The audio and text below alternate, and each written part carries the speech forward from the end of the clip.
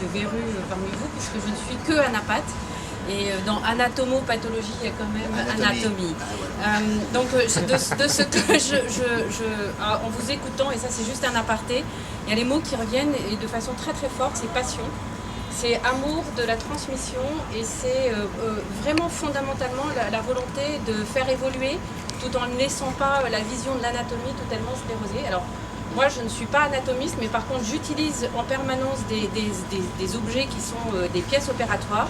Et si je ne connais pas cette anatomie, et si je ne l'apprends pas moi-même à mes étudiants, alors on ne saura pas donner le meilleur de ce que l'on voit et ce qu'on regarde au microscope. Donc finalement, cette anatomie, elle est essentielle et elle est beaucoup plus large que juste imaginer que ça sert aux chirurgiens, ça sert aussi aux pathologistes derrière.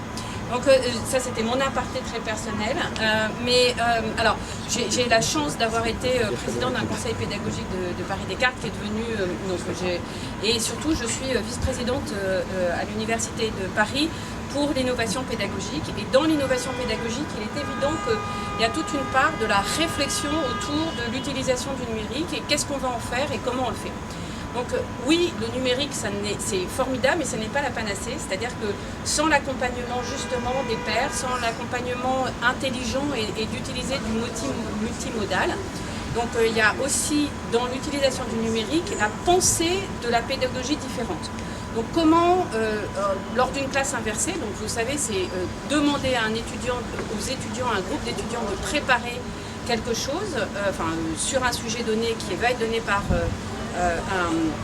un professeur, de préparer lui-même la formation et de lui demander. Donc des outils comme ce que vous venez de produire, c'est formidable, c'est essentiel. Et surtout, on ne va pas se mentir, on est quand même dans un monde un peu plus digitalisé, d'utilisation des différents supports numériques qu'on peut avoir.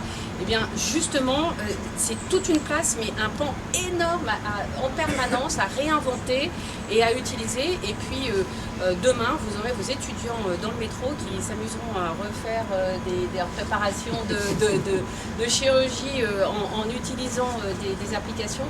Et c'est ça vers lequel il faut, des espoirs sur lequel aller. Mais c'est vrai que c'est emballant. Et ne pas oublier que utiliser juste le numérique, ça n'a aucun sens s'il n'est pas accompagné et tutorisé. Et puis vraiment l'accompagner de changement de nos pratiques pédagogiques. Voilà.